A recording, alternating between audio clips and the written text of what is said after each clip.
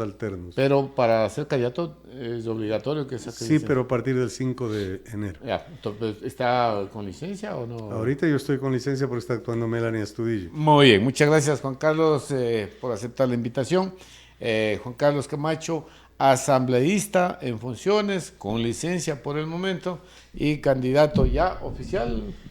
Hasta que el Consejo Electoral nos... Inscrito por inscrito, confirmar. sí, claro, inscrito ayer a las 4:30 de la tarde, inscribimos la lista 25 con todas las de ley. Ok, así que un poco de corrección, lo que pasa es que planificación de entrevistas no me había dado los espacios para poder estar al tanto. Sin embargo, como hay la confianza con Juan Carlos, ahí nomás le preguntamos cómo está la situación. Bueno, asambleísta, buenas noches, bienvenido. Muchas gracias. Siempre para mí un honor y un privilegio estar en Radio Espacio. Esta es la primera entrevista como candidato inscrito y siempre recuerdo que la primera entrevista como gobernador fue en Radio Espacio y la última también. De manera que es un buen augurio estar aquí siendo la primera entrevista después de la inscripción. Muy bien, Juan Carlos, el día de hoy, como todavía no estamos en campaña, no vamos a hablar de planes de trabajo, no vamos a hablar de esos temas que ciertamente no es que están prohibidos, sino que por ética hay que respetar los plazos y los tiempos del calendario electoral. Pero podemos ya decir que Juan Carlos Camacho es el candidato a la reelección. De hecho, los tres candidatos, los tres asambleístas se han lanzado a la reelección. Así que, Juan Carlos, en primer lugar, coméntele a la población qué le ha motivado volver a candidatizarse. Siendo este un periodo especial de la Asamblea y del Gobierno, hay algunas tesis de que no es una reelección, sino que es una nueva elección porque estamos terminando el periodo de los anteriores. En este caso yo estoy terminando el periodo de Mireya Pazmiño, que se quedó trunco el momento de la mal llamada muerte cruzada, institución constitucional a la que yo me opongo, pero no puedo evitarla cuando pasa. Me opongo porque creo que la gente debe terminar sus periodos y el presidente Lasso debía terminar y los asambleístas también, para que juntos hagan lo que tengan que hacer. El juicio político debía darse y no se dio por un mal cálculo de Lasso. No habían los votos para destituirlo, no habían los 92 votos, eso sabemos, pero lo hecho está. Entonces estamos terminando este periodo y en el próximo periodo sí va a ser una elección completa de 4 años y habrá una posibilidad de una nueva elección para quienes hemos empezado recién el proyecto con esta constitución. Si bien yo he tenido 2 representaciones anteriores, no cuentan para el tiempo de esta elección. Esas fueron antes de la ley. Antes de la constitución, claro. Es que yo soy el más viejo de los candidatos a la Asamblea Nacional, no el más viejo político, Coloma es mayor que yo. Pero soy el más viejo, el más antiguo en actividad política, porque cuando Coloma empezó ya estaba viejo. Yo empecé jovencito. ¿Qué diferencia hay en estar viejo y estar con mucha experiencia? La sabiduría que Dios nos da a los viejos no se adquiere ni en las universidades ni en los colegios. Se adquiere en la vida, en la práctica, en el quehacer de todos los días, y eso es lo que acumulamos los El viejos. diablo sabe más por viejo que por diablo. Así mismo es. El refrán es sabio, todo refrán es sabio. Quien con lobos se junta ya aprende. También es un buen refrán.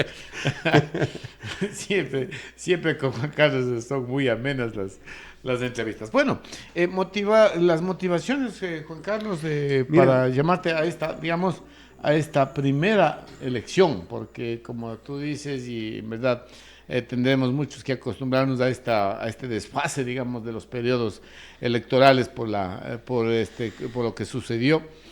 Sin embargo, hubo ofertas de campaña que por el corto tiempo no se lograron concluir. Se piensa continuar con este tema en una posible elección de Juan Carlos Camacho. Sí, nosotros estamos cumpliendo a cabalidad la oferta de campaña, ha de estar grabado en los medios y en las redes sociales, cuando con la fuerza que me caracteriza en campaña yo dije que los armeros de Chimbo volverán a trabajar. Y ya está pues la ley aprobada, ya está en el camino al registro oficial para que puedan volver a trabajar. Ahora, no necesita un veto del presidente. Ya fue vetada y ya nos allanamos de una parte al veto y de otra nos ratificamos y ya va para el registro oficial. Entonces, 2 discursos míos en el Pleno hicieron cambiar a la mayoría la opinión de que se hagan o no armas en el Ecuador, y ya se van a hacer. Ahora ellos tienen un desafío inmenso, que es organizarse en personas jurídicas, porque así salió la ley, para que haya la posibilidad de la asociatividad y a la vez lleguen a un momento de exportación de armas. Esto es una ley importante que reactivará la economía de Chimbo. Chimbo es un pueblo que después de lo que pasó con los armeros se volvió una pobreza absoluta, porque ahí circulaba el dinero en ferreterías, en toda la actividad, porque había movimiento. Entonces hemos logrado esa primera meta. Luego yo les ofrecí, me ratifico en lo que ofrecí siempre, que iba a ser presencia política en la Asamblea Nacional, y mi discurso es respetado. Los discursos que yo he dado no son ofensivos para nadie, al punto que a veces los opositores nuestros de partidos me aplauden. Y he sostenido siempre la verdad de los hechos. Por ejemplo, cuando hay demagogos que quieren ponerle al maracuyá un precio fijo por ley, yo les explico el proceso económico, pues, y les digo, no puede alterarse la ley de la oferta y la demanda, y tenemos que ver que la producción que se hace en cualquier producción, no solamente de maracuyá o de otro producto agrícola, sino en la producción industrial, hay que tener a quién vender, pues. Si no, ¿para qué vamos a producir? Y cuando el precio cae es porque todo el mundo ha sembrado. Tiene que haber plata para consumir. Exacto. Y ahí cambia la cosa y la gente reflexiona. O cuando vamos a un debate fuerte, como el caso de la electricidad y los apagones, el presidente mandó pues un proyecto de emergencia económica y lo aprobamos. Y lo aprobamos advirtiendo, en el caso mío, en un discurso de 10 minutos, porque no se puede hablar más, donde le dije, vamos a aprobarle la ley, pero aquí hay que hacer plata de la basura para hacer electricidad, porque los municipios que tienen la competencia no son capaces o de producir tanta basura como para generar una planta procesadora que genere electricidad, o porque no hay los inversionistas, porque era vetada la inversión privada, y le abrimos el espacio con la ley de él. Pero no ha servido de nada. El problema es que cuando no hay confianza en la inversión internacional, no viene, y no se ha generado esa confianza. Yo no sé, no he preguntado todavía, pero voy a fiscalizar a la canciller. ¿Qué hacen los embajadores del Ecuador en el mundo? Cuando se apruebe esta ley tenían que salir corriendo a venderla, pues decir, vean señores inversionistas en electricidad, vengan al Ecuador a poner los proyectos eólicos, los proyectos de basura que estoy refiriendo, los proyectos geotermales que se puede hacer con las aguas del Chimborazo que son calientes por debajo, y podríamos hacer una maravilla, pero nadie se ha movido a promover. Y ahora se han dado cuenta que el techo está muy bajo, que no hay inversionistas para 10 megavatios. Eso es una falacia del gobierno. Es que eso es lo que estoy diciendo. Si ellos fueron los que presentaron la ley, si la comisión está presidida por la señora Centeno, Centeno, que es de ADN, ¿a qué hora se equivocaron, pues? Y se han equivocado, lamentablemente. Pero la equivocación no es tanto, ¿no? Si tú lees la ley que ustedes aprobaron y debieron haberla leído, lo único que dice es que hasta los 10 megavatios pasarán sin concursos, sin respetar lo que deberían hacer todos los que están ofertando proyectos. Pero cuando falta liderazgo, la gente culpa a otros. Y entonces el presidente Nova dice, culpes de la asamblea que aprobó así, pero él mandó así. Entonces ahora dicen, no, los de la Revolución Ciudadana la han metido por debajo. Eso suelen hacer. Hay veces que en el segundo debate se ponle ahí y pasa. Esta cosita más. Claro, y casi así nos pasan la revisión de las sentencias ejecutoriadas. De este tema, Juan Carlos, y bien que lo traes a colación en esta entrevista, lo que el gobierno quiere es que se pasen proyectos de 100, 200, 500 megavatios sin respetar, por ejemplo, los temas de oferta, la oferta de presentar, o sea, lo que quieren es por administración, digamos, por adjudicación directa, pasa los de 100, los de 200 y eso no conviene al país. El inversionista privado es un inversionista que lucra, no es benefactor. Gracias. Aquí hay que entender eso. La gente es un negocio. Claro, es un negocio, hay que dejarle que gane, pero tiene que ser en competencia libre, porque si se le da a dedo, corre el riesgo de que se corrompa. El presidente Correa en su momento tuvo visión sobre ciertas cosas. Yo conversé alguna vez con él y le presenté proyectos sobre la basura. El Vinicio Alvarado, que era de la secretaria de Administración, me dijo, tienes 5 minutos, si en 5 minutos no le convences, no insistas. A los 2 minutos dijo, yo conozco esas plantas, procesen, hagan, pero no con Nebot en Guayaquil. Eso era una limitante política tremenda. y nos recomendó hacerlo en Quito, que tenía la cantidad de la basura para poder que se requiere producir para ese tipo de 80,000 toneladas día. Y entonces se podía en 15 años pagar la planta y hacer la obra y entregarle luego al municipio, porque es competencia del municipio la basura. Lamentablemente en el municipio nos encontramos con una traba inmensa. El presidente de la Comisión de Ambiente y de Basura, que incluía en ambiente, dijo, ¿y qué gano yo? Como nosotros no íbamos a coimar a nadie, el inversionista alemán recogió la computadora y dijo, vamos. Y se quedó el tipo ahí. Y no podíamos invertir y no pudimos avanzar nunca más en un proyecto porque todo el mundo quería ganar. Todo el mundo quería coima. Y no había coima y no habrá coima. Pero son cosas diferentes, querer ganar a querer ser coimado. Pero es que no eran los privados los que querían ganar, sino los concejales, los alcaldes. Entonces querían coimas. Coimas. Porque si hubiese sido legítimo, que el municipio gane también claro. por entregar la materia prima para el proyecto. Al municipio se le iba a dar recogiendo la basura. Se le iba a evitar el gasto de 400 millones anuales en el relleno sanitario y sin que invierta un centavo a los 15 años se le entregaba una planta saneada. En los 15 años eran para recuperar la inversión. Y a los 15 años, tome señor, este suyo vale 40 años más y en 40 años le volvemos a repotenciar. Así es como la OCP, pues, que ahora tiene un grave problema. Ya. Muy bien, entonces las ofertas de campaña, Juan Carlos, están pendientes, no se lo vamos cumpliendo en los plazos. Hasta enero yo aspiro a tener el informe ya de la Universidad San Miguel de Bolívar, Universidad de Tecnologías Arcángel San Miguel se llama exactamente, cuyo comité promotor lo preside el doctor Ulises Barragán, y es un sueño de los sanmigueleños conmigo, que lo estamos canalizando bien. Nosotros hicimos con Manuel Vistín, que en paz descanse, que era un genio para proyectos, hicimos el pensum académico, el proyecto total, y él murió en el camino y los demás del equipo terminaron el proyecto. Y se lo hemos entregado ya a Cenecid y Cenecid ha hecho observaciones y están este rato en ese nivel de observaciones.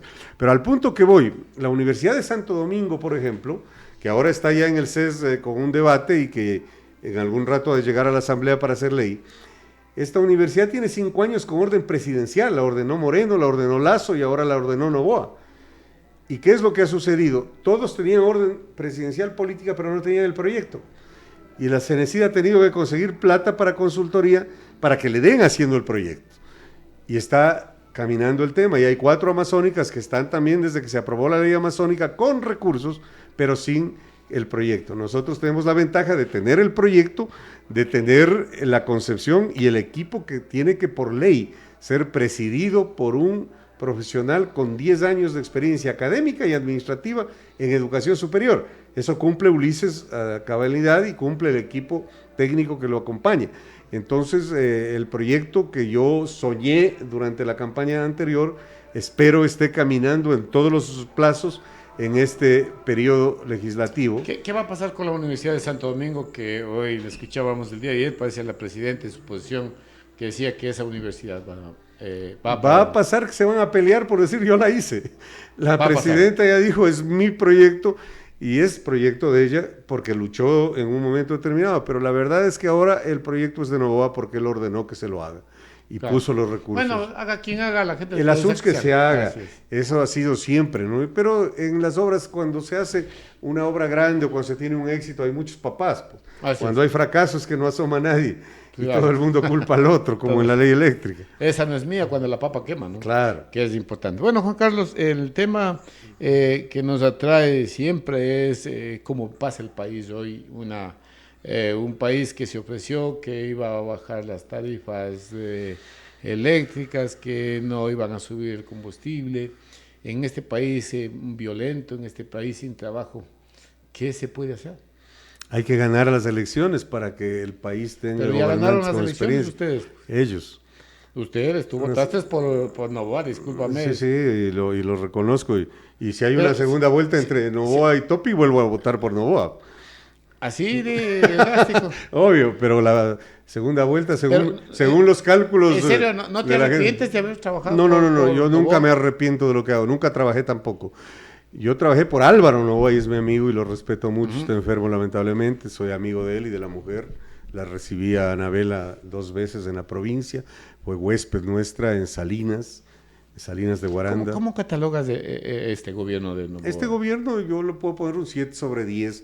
Yo no soy negativo, hay cosas buenas. O sea, tú escuchas la idea de él de combatir el terrorismo, la droga, es importante. Los tiempos no son adecuados para que pueda vencer en esa guerra. Esa guerra durará 20 años, como duró en Colombia, porque nosotros estamos iniciando el tema del narcocrimen, de Colombia, exacto, que fueron muy duros. Y entonces uno ahí tiene que ser consciente. Puede ser que no le guste al presidente que le apoyen porque no le gusta. Es una realidad. Nuestro apoyo no le sirvió sino para que nos diga basura en el ojo.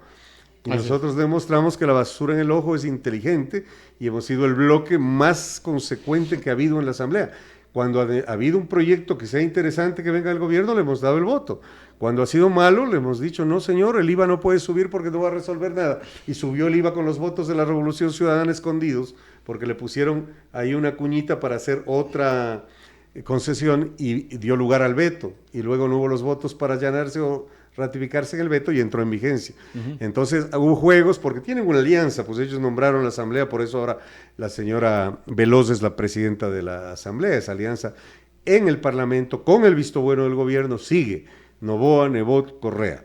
Ellos son los de la gran alianza de la trilogía. Entonces, frente a eso, el bloque nuestro y el movimiento nuestro le ha demostrado que no somos interesados, que no andamos atrás de plata, ni de canonjías, ni de obras. Hay otros son los que venden la conciencia y hacen de la política cuchara. La política tiene que ser concebida en los términos de la política, en los términos de la democracia, en los términos del quehacer para servir a las mayorías, a los pobres, a la juventud. Hay que darle una oportunidad, no solo para que figure en la política, sino para que tenga trabajo. Hay que pensar en la masa. Yo me preocupo cuando las universidades empiezan a producir equivocadamente demasiados profesionales y les digo, ¿para qué tantos abogados si no hay plazas de trabajo cuando hay una defensoría pública que bien o mal da un servicio gratis? Entonces los abogados salen con la ilusión de trabajar, pero se encuentran en que la gente quiere que todo sea gratis. Le hemos mal enseñado en muchas cosas a los ciudadanos y eso no está bien. Hay gente que ofrece bonos por votos, tampoco está bien. Hay que darle el bono al desposeído, al que no tiene nada, al que necesita realmente. Pero no, yo te pongo en la lista el bono, dame un voto. Eso es una canallada, eso es una cosa que no debe pasar. Y nosotros creemos que aunque le moleste a algunos, los bonos deben ser reducidos al mínimo para que la gente tenga trabajo. Entonces hay que generar la posibilidad del trabajo. Nuestra posición no ha variado. En la lucha anticorrupción con Fernando Villavicencio nosotros hicimos un pacto a largo plazo. Lamentablemente, y esto lo digo con remordimiento si se quiere, Fernando Villavicencio en el momento cuando aceptó ser candidato nuestro, golpeando un poco la mesa, dijo: en este proyecto entrego la vida. Qué bestia el poder de la palabra, ¿no? Y entregó la vida finalmente, pero el proyecto sigue. Nosotros tenemos todo el proyecto político de él, más lo nuestro que se sumó para la campaña anterior. Entonces hay que combatirle al narcotráfico con firmeza y ahí le apoyamos al presidente de la República. Pero hay que hacerlo, pues. Hay que liquidar a las mafias que son las que lideran ese proceso de narcotráfico. Hasta ahora solo se han fugado los grandes, no les han cogido a los Pitos y compañía. Hay que trabajar para que la política se depure de los mafiosos, porque hay narcolavado en las campañas políticas. Hay que admirarse cuando viene gente que no ha tenido nada, porque aquí nos conocemos todos. Y vienen de no tener una finca, de no tener un carro, de no tener una casa, y de pronto son millonarios inversores en campañas políticas. Y eso tiene que controlar si hay un CNE que no ha cumplido a cabalidad. Lamentablemente no se los puede enjuiciar porque todo el tiempo están en procesos electorales. Yo tenía la buena y sana intención de seguirle un juicio al equipo de la señora Tamaín y los vocales, pero el día que nosotros ganamos las elecciones, antes de que proclamen los resultados nuestros, convocaron una elección en una parroquia nueva. Y con eso limitaron. Luego de que esa parroquia salió, hubo otra parroquia y un cantón nuevo, y todo el tiempo están en proceso y no hemos podido seguirles un juicio político, porque corremos el riesgo inclusive de que nos destituyan a nosotros, claro, por interferir en una elección. Entonces, pero el tema no hay que tampoco desesperarnos. Villavicencio decía: un día caerán, y un día van a caer. Ahora, el mismo Villavicencio, en varias ocasiones que yo he visto sus discursos, dice que el Fito, el Rasquiña, que los lobos, los tiguerones y todas estas mafias son la parte más baja, claro, del comercio, que los reales beneficiarios. O sea, estas mafias lo que hacen es traer a Ecuador, pasarlo por todo, mandarlo por los barcos, pero las reales mafias de los que se benefician del dinero, los grandes bancos y los grandes empresarios que transportan hacia Europa, hacia España, hacia Estados Unidos, son los que ni siquiera son mencionados. Claro, es que los grandes capos no aparecen para nada. Algunos capos de esos tienen la capacidad de ordenar a presidentes. Yo he visto algunas películas sobre estos temas, Ajá. pero también he conversado con gente experta como Ricardo Camacho, que fue subsecretario de Justicia en el tiempo de Ernesto Pazmiño. Ricardo no es mi pariente cercano, pero debe ser pariente porque yo soy pariente de todos los Camacho. Aquí en San Miguel tenemos 350 en Yahoo y todos firman por mí. Bueno, el asunto es que él me explicaba a mí que las jerarquías son piramidales. Así es. Uh-huh. Y entonces está la masa que distribuye la droga al por menor, están los que controlan esa distribución, están los que les dan a los medianos distribuidores, están los que recaudan, están los jefes ya que se vinculan con el Estado y la policía, y están los jefes que ya están en los operativos políticos, ya están en la asamblea, ya están de ministros, ya están en algunas instancias superiores y van subiendo, pero hay unos que están arriba de la pirámide, que están sobre los gobiernos, y esos nunca han pagado pena porque nadie ha podido descubrirles, o son tan poderosos que les controlan a todos los que podrían y entregan a unos, entregan a otros. Eso me contaba él cuando estaba trabajando en eso. Luego casi lo matan y desde ahí Ricardo ha preferido ponerse a buen recaudo de una soma, porque casi lo matan por haber denunciado todas estas cosas. Ernesto Pazmiño lo canceló de subsecretario porque estuvo denunciando estas cosas y parece ser que había que tener cierta prolijidad, cierto silencio mientras se investiga. Sigilo por la vida. Sigilo, pues, que llaman, ¿no? Entonces, el tema que se viene a futuro es muy duro, muy fuerte. Y bueno, si fueron capaces de matarlo a Villavicencio, pueden matarle a cualquiera. Y por eso es que los presidentes ahora tienen extrema seguridad. Nosotros a veces somos confiados, yo ando sin seguridad, pero ando con la gracia de Dios y con mujeres bellas que me acompañan y son inteligentes y actúan en el Parlamento con toda la calidad que debe actuar un parlamentario. Pero hay asambleístas que tienen 4 y 5 miembros de seguridad. Uh-huh. Hay asambleístas que no viajan solos a ninguna parte, sino es con otro carro que les cuida, porque tienen el temor de que les pueda pasar algo, a pesar de que no tienen la denuncia que tenía Villavicencio, pero en alguna medida estuvieron cerca de él cuando la campaña política. Hay 2 que estuvieron en el día del asesinato y una de ellas fue herida, como es Gisela Molina, y anda con seguridad. Nuestros compañeros Peñafiel y Bedón andan con seguridad. A mí me dicen, pon seguridad, y digo, no, yo me cuido con Dios. Que es mi mejor guardaespaldas. Sí, señor. Ahora, Juan Carlos, ¿qué va a pasar con el país? O sea, yo creo que, yo siempre he dicho, uno de los mejores, si me voy a invitar una palabra, discursistas del Congreso y de la historia de la provincia de Bolívar, ha sido Juan Carlos Camacho. Muchas gracias. Pero, no, yo lo he dicho, ¿no? Y yo creo que hay 2, 3 asambleístas en la historia de la democracia bolivarense que han puesto en alto o han visibilizado a la provincia. Eso yo lo he dicho. Cuando has estado molesto, bravo conmigo, cuando has estado en buenas... Pues yo nunca me enojo. No, sí. Bueno, siempre ha habido eso, ¿no? Pero yo reconozco los méritos de las personas, aparte de cualquier tema coyuntural que exista, ¿no? Sin embargo, lo que pasa en el país es muy grave, ¿no? O sea, ahora el justificativo de Noboa y su gobierno es que muy poco tiempo, que no se puede hacer nada, pero... lo que sí hemos notado los ecuatorianos de a pie es que ha empeorado, ¿no? Bolívar ya era un remanso de paz, ya no lo es más. Calume, Chandía, el mismo Guaranda, San Miguel, sigue empeorando. Cuando tú le escuchas a la ministra Palencia, nos dice que a un 25% ha reducido, pero las cifras dicen otra cosa. Este gobierno no ha logrado nada absolutamente más que buenas intenciones, pero como tú sabes, otro refrán de buenas intenciones está empedrado el camino al infierno.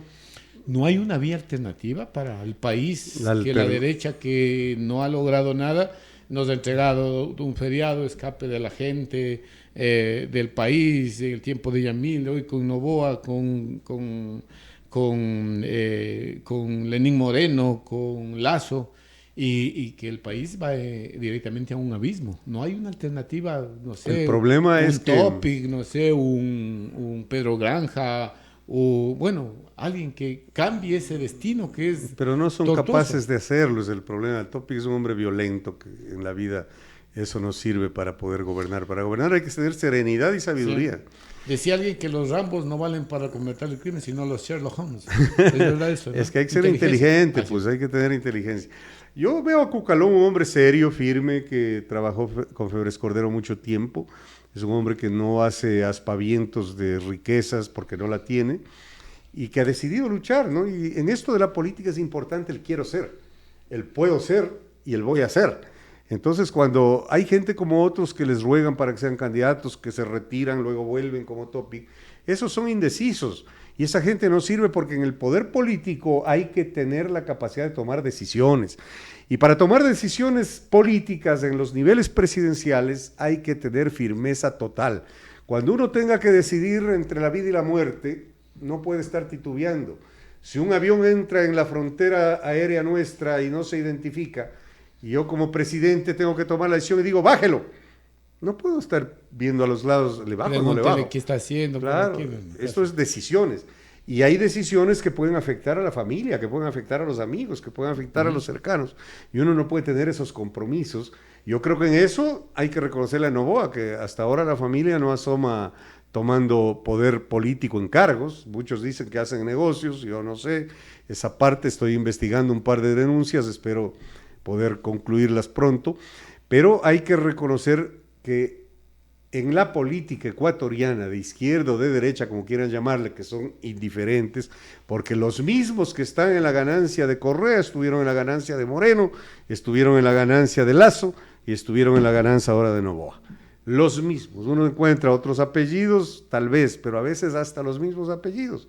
Vea usted, los hermanos Manzano estaban desde hace rato, y claro, yo tengo que decir aquí con toda sinceridad que Inés Manzano es una mujer muy inteligente y que va a ser un muy buen Ministerio de Ambiente, porque la conozco, he tratado con ella y somos amigos. Puedo decir que Alegría Crespo es una buena ministra de Educación que está tratando de sanear la corrupción que hay en ese ministerio, que es una cosa terrible, pues aquí salen de directores distritales y son empresarios inversores, hablando de esta pequeña provincia en cuanto al número de profesores. Pero en otros lados el escándalo es más grande, la venta de libros que estoy fiscalizando permanentemente es terrible, los distritales les ordenan a los rectores que compren libros innecesarios y los rectores dan a los profesores y se hace una lista que los padres de familia están obligados a gastar cosas de libros que jamás llegan a abrirse siquiera por los estudiantes. Pero hablando así parecería un negocio chiquito, pero si hablamos de 60,000, 70,000 estudiantes que están obligados a comprar una docena de libros, estamos hablando de millones de dólares. O cuando hay el caso del desayuno escolar, yo en la campaña política recibía quejas de las madres, me acuerdo la señora que vende tortillas en la bajada a San Lorenzo, un día me dice, oiga, usted ya ganó las elecciones, yo le voy a dar un consejo, reclame por los desayunos escolares, los guaguas se enferman con esas porquerías vencidas, esas leches. Cuando comen, porque muchas veces ni siquiera los... Y a veces ni le dan. Ni comen, ¿no? O le botan, sí. Y ella mismo dijo, hay unas galletas que ni los perritos quieren comer. Entonces, el primer día que tuvimos una sesión de comisión, porque la suerte mía es terrible, pues, ¿no? Yo quería estar de presidente de la Asamblea y terminé en la Comisión de Educación. Y entonces, yo le denuncio al ministro anterior, y el ministro anterior, que ha sido ya de carrera ahí, que venía desde la Revolución, se hizo el loco. Ya vamos a ver, y no hizo nada. Pero cuando entró Alegría Crespo, le dije en la primera sesión que acudió a la comisión, y al segundo día empezó la investigación y le tumbó a ese contratista que vendía 30 millones de dólares al año, pues tú eres, además de periodista, empresario. 30 millones de venta fija, que sabes que te van a pagar y te pagan, así se demoren un poco en el Estado, te deja una utilidad de 10 millones, pues si se gana el 30% en comida, y esa es la figura que tuvieron ellos 30 años. Entonces denuncia que el nuevo proveedor del Estado es de las empresas de la tía del presidente. Así decían, pero salió por ahí la aclaración, pero nosotros estamos luchando para que se dé desayuno escolar con los productos de la zona. Claro. ¿Te imaginas en el subtrópico que coman no, pero así debería ser, y que le den los productos de la zona? Aquí nosotros, ahora que somos productores de aguacate, ¿qué tal una mitad de aguacate a los guaguas a las 11 de la mañana? Es potasio, es energía. El pancito de don Mardoqueo Cáliz con una coladita que era bueno. Nos servíamos, claro. Nosotros en Guarán el pan del Pipón Mejía. Era buenísimo. Claro y la leche clean que mandaba Kennedy, claro que de la Alianza para el Progreso. Esa leche era buenísima, pero y- mejor si ocupamos la leche de nosotros mismos. Pues. Claro que sí. Claro que en San Miguel no hay mucha ganadería, me dicen que falta producción.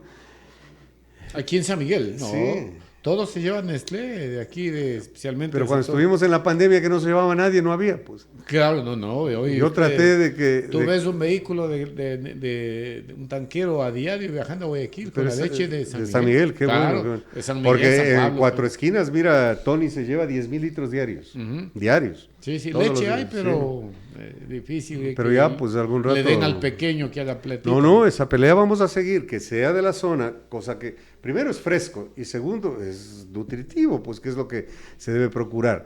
Yo estudié un tiempo en Costa Rica en el INCAEM y yo extrañaba el pan y reclamaba el pan y una vez el nutricionista me dijo, ¿tú viniste a estudiar o a engordarte? Le digo, a estudiar, pues. Me dice, si te estamos dando de mañana frijol, lenteja, el frijol negro mucho se consume en Centroamérica. Dice, porque esto es proteína que te va a dar neuronas y que te va a desarrollar.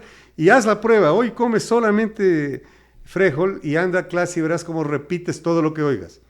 Yo hice la prueba, pero le dije, yo con pan también hago lo mismo. Pero Lo he hecho siempre. pasé un tiempo sin pan.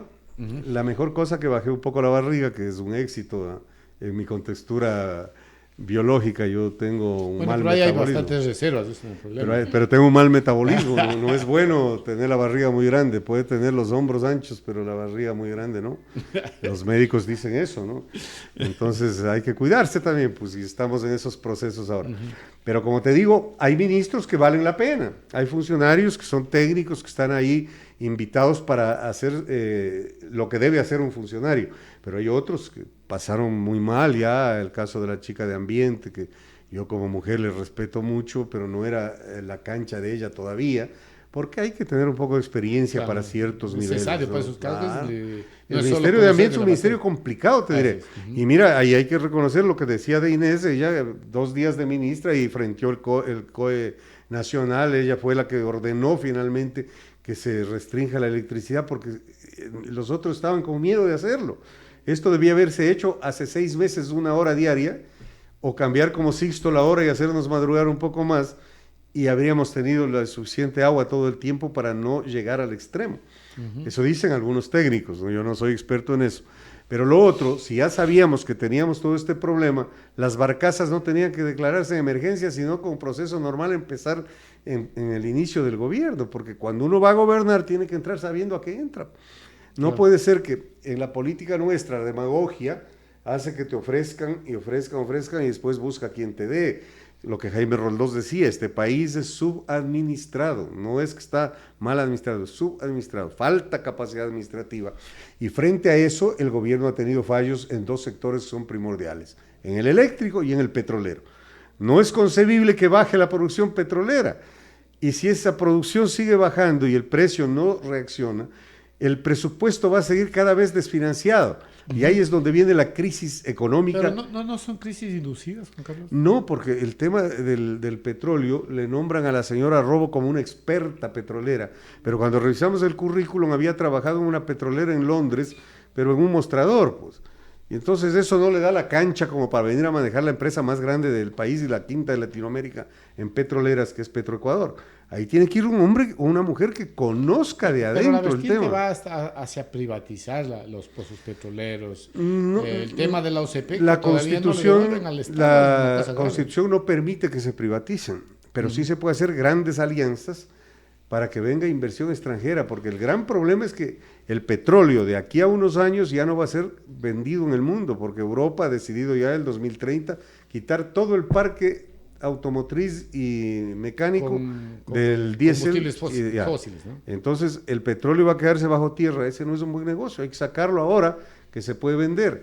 Pero Entonces, el mismo discurso decían en México y tú ves lo que está pasando en México ahora.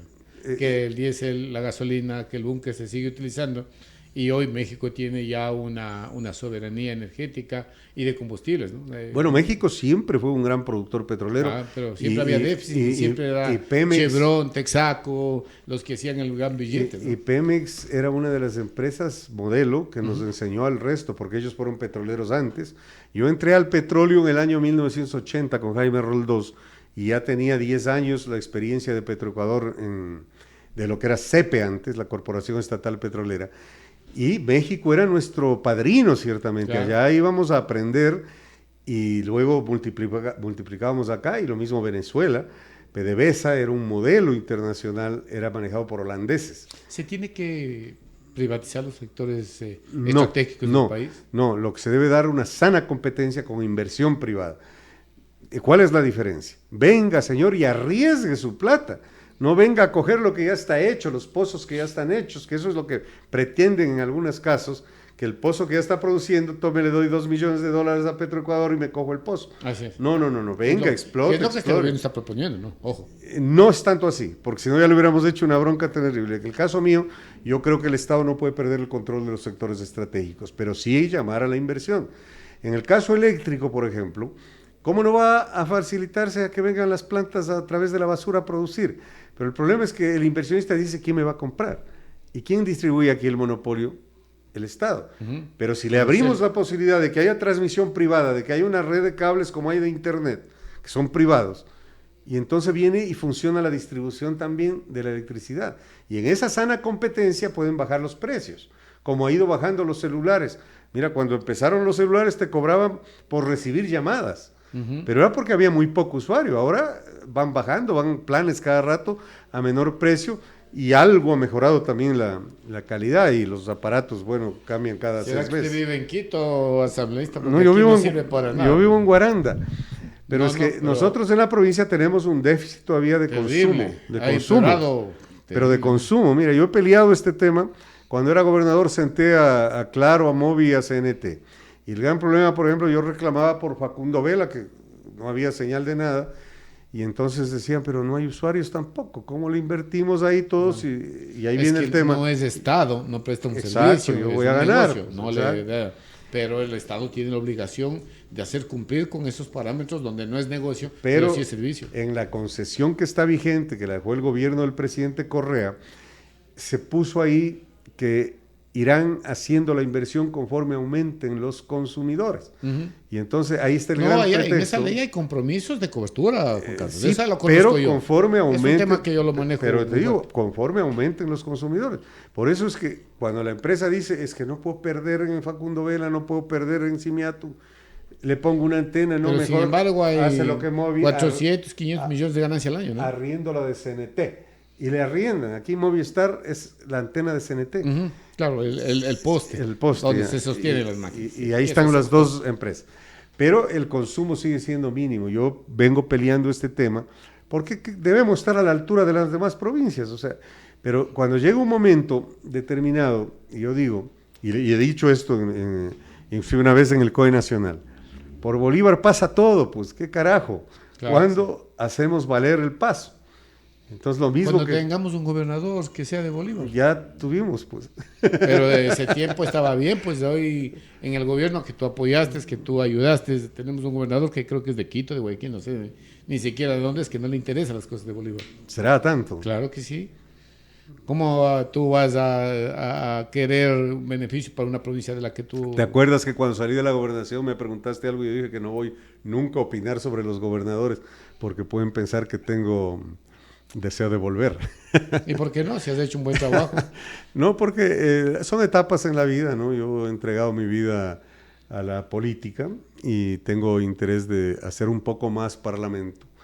Me gusta el tema parlamentario, me desenvuelvo bien en ese tema, los medios de comunicación nacionales me aprecian, me invitan, y eso es una cancha que no está disponible para mucha gente, ¿no?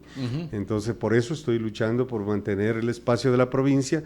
Creo yo que en el próximo periodo la provincia va a poder pelear puestos grandes en la asamblea. Si bien en esta vez tuve aspiraciones, la verdad es que estaba tan alejado de haber estado en el Parlamento, fueron 29 años a los que yo vuelvo. No me encontré con nadie de los de mi época ahí. El más viejo es Lucio, pero es primera vez que está, él me pasa con 3 años. Hay Chamba, que me pasa con 2 años, y de ahí soy yo el más viejo. Pero yo soy el de más experiencia en haber repetido en el Parlamento. Sin embargo, las cosas han cambiado mucho desde que yo fui. Ahora el sistema técnico, ahora se vota computarizado, ahora no hay cómo hacer que el secretario haga trampa, porque antes hacían trampa. Me acuerdo cuando le destituyeron a Berroes Bucarán, no hubo los votos, sin embargo el secretario de OFE que habían los votos sí hubo, y se afuera destituyó. Cuando le destituyeron a Lucio Gutiérrez no hubo ni el secretario ni el presidente del Congreso y le destituyeron presidiendo la señora Viteri, que no era nadie, la reunión de amigos en Ciespal, y el prosecretario, porque el secretario general es Gilberto Bach, y Gilberto yo le considero, es un adversario mío permanente, pero le considero un hombre honrado. Él dijo, yo no puedo ser secretario de algo ilegal. Y se fue. Y el prosecretario sí dio fe de que le tumbaron a Lucio con esos votos que no había, que nunca dieron la lista de los votantes. Bueno, pero el tema es que ya para el país se vuelve un asunto entre vida y muerte, ¿no? Porque claro, lo que hoy le está pasando al país es muy grave y coincidentemente, ¿no? Yo creo que vos no vas a compartir conmigo el tema de que en estos últimos casi 8 años la situación se ha agravado de forma preocupante, ¿no? Ya hasta se ha deteriorado a un punto donde ya el ecuatoriano no puede trabajar porque no tiene trabajo, no puede sus hijos a mandar a estudiar porque da miedo que le maten, no puede salir a trabajar porque le pueden asesinar. Encima de eso, lo poco trabajo que pudiera haber ya no existe plata de circulación. El tema para el que no es burócrata, que coge su sueldito al mes, de todos modos le sirve, pero el resto... Claro. Y esa reducción claro, de trabajo... Por eso es que cuando hay los problemas y se habla del trabajo compartido, del trabajo por horas, la gente que tiene el empleo se opone, pero no piensa en el que no tiene el empleo. Nosotros cuando propusimos el trabajo por horas, que era una propuesta de Villavicencio en nuestro plan de trabajo, era para que puedan compartir un poco entre el que tiene y el que no tiene. Pero se opusieron y hicieron tal campaña que en la consulta perdió, pero vamos a insistir en el tema, porque hay que generar trabajo en la medida en que hay desempleo, o hay mal empleo no adecuado que se llama. Hay 24% de empleo no adecuado, entonces es lo que decía, profesionales con el título ya en la mano, pero sin un lugar médicos, donde trabajar, ¿no? Ingenieros, de todas las ramas, de todas las ramas. Desempleo, ¿no? Claro, y en cambio hay otras instituciones que necesitan profesionales de otras ramas. Pero un gobierno que quiere reducir el tamaño del Estado a como dé lugar. Es que verás, el tema es complicado, porque el presidente Correa inició un crecimiento desmedido del Estado. Eso no es hablar mal de nadie. Yo a Correa le reconozco grandes éxitos, pero también les reconozco errores. Y ahí es donde viene que ellos no son capaces de reconocer esa parte. Entonces dicen, todo estaba perfecto y ahora está mal. Y estos 8 años se ha agravado. Cierto es que se ha agravado. Pero el crimen organizado empezó a crecer en ese gobierno. Las pandillas fueron legalizadas. La droga empezó a fluir, aunque digan que la tabla era una maravilla para que no le lleven preso al inocente. Pero la tabla ya la derogaron y no pasa nada. Dijeron que le derogaron. Pero el presidente lo dijo. La rompió, pues, pero así no se deroga, pues. Claro. Hay que hacer una ley para derogarla. Hay que hacer un decreto si fue por decreto. Entonces yo la rompo ya, mañana rompo la Constitución y ya tengo otra cosa. O sea, no, pues. ¿Otra mentira de este gobierno? No sé, pues hasta ahora yo no he visto. Tú dices que solo rompieron el documento. documento. Eso vi, y promocionaron en TikTok. Pero usted es asambleísta, debe saber si está vigente. Es que la tabla... Porque fue además un decreto ejecutivo que no necesita ir al gobierno, no, ojo. La tabla tenía que haber sido derogada por decreto. Porque se constituyó por decreto. Exacto. Claro, en derecho dicen los abogados sabios que se hace y se deshace en la misma manera. Así es. Entonces, cuando rompes y dices, ¿está derogada? No está derogada. Si después han hecho el decreto, no he visto. Soy sincero, me declaro ignorante en esa materia. Pero el daño fue hecho en su momento, cuando empezó la gente a disimular la distribución con la tabla. Y el daño no causa efecto inmediato, ¿pero qué pasa sino con a los las años. Víctimas del sistema? Ese es el punto. A los años aparecen las víctimas y vienen desgraciadamente, y hablo del gobierno de Lasso, que fue un gobierno malo, en términos generales, y entonces no actuaron como debían. Pero también hay que hacer una cosa, mi querido amigo, con toda la seriedad del caso. Aquí ha habido una oposición salvaje, aquí ha habido una oposición que iba a quemar Quito, aquí ha habido una oposición que no iba con alternativas nunca y se le pedía alternativas y no daba. El señor Issa, que ahora es candidato a presidente de la República, ojalá un día pueda apreciar desde el otro lado lo que está pasando. Dañando los bienes públicos, las haciendas de Cotopaxi fueron asaltadas para destruirlas, no para nada más, en el camino que iban. Y entonces el país se deteriora porque se pierden millones de dólares un día de paralización. Y el diálogo no primó en esos gobiernos.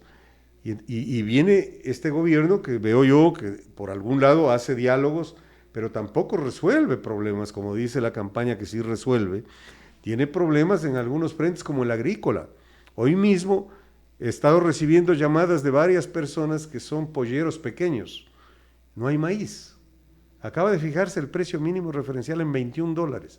Eso está mal.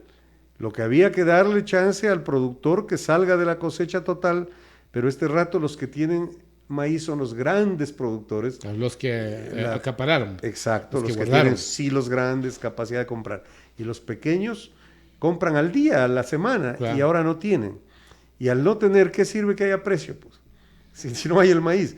Entonces toca importar, pero la importación la hacen los grandes mismos, porque no se puede comprar lo que consume un mediano que diga, quiero 1,000 quintales semanales. No, pues en la bolsa de productos de Nueva York o de Chicago se venden 100,000 toneladas, 50,000 toneladas es algo poquito. Entonces están comprando 90,000 toneladas, pero no les va a alcanzar para el mes. Y ahí viene un dilema, que me dicen a mí los productores de pollos. Me dicen, entonces tengo que despedirles a los 10 empleados que tengo, porque el otro mes ya no tengo ni pollos ni plata. Y se crea un desempleo adicional. Y el gobierno lento, lerdo en el tema agrícola. Esto tenía que prever hace 2 meses. En el tema eléctrico, en el tema de seguridad, en el ¿te tema imaginas agrícola, todo. Mis amigos galleros cómo estarán este rato con sus animalitos? Y si no hay maíz. Sembrando, entregando los rastrojos de las chacras que han quedado aquí pero los gallos no comen fácil. No comen gallos. Son las 19:53. Juan Carlos, ha sido siempre para mí un gusto conversar contigo. Las puertas de este medio de comunicación siempre estarán abiertas, como siempre. Y claro, desearte suerte en esta campaña. Esperemos que las propuestas ya las podamos hacer públicas una vez que comience efectivamente la campaña. Y claro, decir que el país lo que busca es solución a lo que hoy está pasando, ¿no? Y ya no es tiempo de culpar al de atrás, porque eso es siempre y la culpa es de Correa, es del discurso que se ha manejado durante 7 años. Pero, como dice Juan Carlos, el que resuelve, y como dicen sus colegas, no ha resolvido nada, Juan Carlos. No, está bien. Te dejo en tus palabras finales. Agradecido siempre, decirle al pueblo de San Miguel y a los ecuatorianos que escuchan esta radio, que soy agradecido por la atención que nos dan, pero además agradecido porque siempre en San Miguel he tenido unas excelentes votaciones, tengo grandes amigos, voy a estar siempre en contacto. Yo me considero un sanmigueleño, sin adulo para nada. Desde que Lucho Gallegos, cuando era alcalde, me dijo que era un sanmigueleño predilecto de San Miguel. Desde la llorada, Juan Carlos. Bueno, yo soy un hombre emotivo, lloro cuando me emociono, claro. Claro, eso nos acordamos toda la vida. Tú no sabes. No, ni nací ese tiempo. No, yo di un discurso aquí en la plaza porque en el 86 yo perdí y saqué solo 28 votos en San Miguel y don Lucho de Mora me barrió. Y yo, insistente, volví a ser candidato en el 88 y di un discurso aquí. Y me acuerdo que me emocioné tanto que yo dije, el día que yo sea diputado, cuando me pregunten por el éxito que yo tenga, voy a decir que soy de San Miguel. Y se me fueron las lágrimas y cuando me di cuenta, abajo lloraba todo el mundo. Todo el mundo lloraba. Muy bien, muchas gracias. Se nos termina el tiempo, Juan Carlos, lamentablemente 19:56. Queremos agradecerles a ustedes, estimados amigos, por su participación en nuestro informativo. El día de mañana estaremos con otro candidato o inscrito y aceptado para ir conociendo a quienes estarán en representación de la provincia de Bolívar en la Asamblea Nacional.